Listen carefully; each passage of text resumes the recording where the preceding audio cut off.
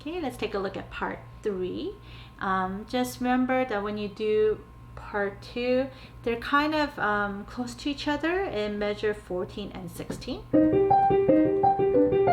Think left is over and right is under, even though they're kind of next to each other, right? So don't play with right over. It just won't work for that. And the thumb has to be light for measures 14 and 16. So light thumbs, because the upper note is more of a melody. Okay, and part 3 starts on in measure 17, and see if this is familiar. And indeed it is. Where have you heard this before? In the very beginning, right? So each of the section has started with the opening theme, just that in different keys.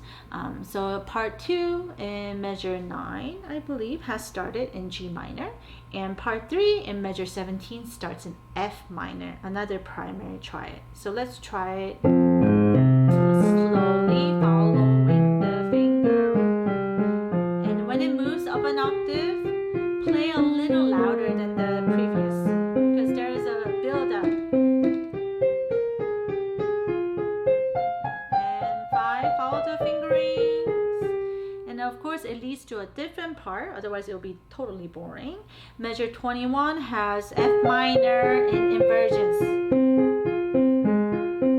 Left hand plays the first note, right hand follows. And it's all F minor, leads to D flat. Rest for 2 counts, right hand up here, A flat. Now contrast, quiet, or just a little quieter.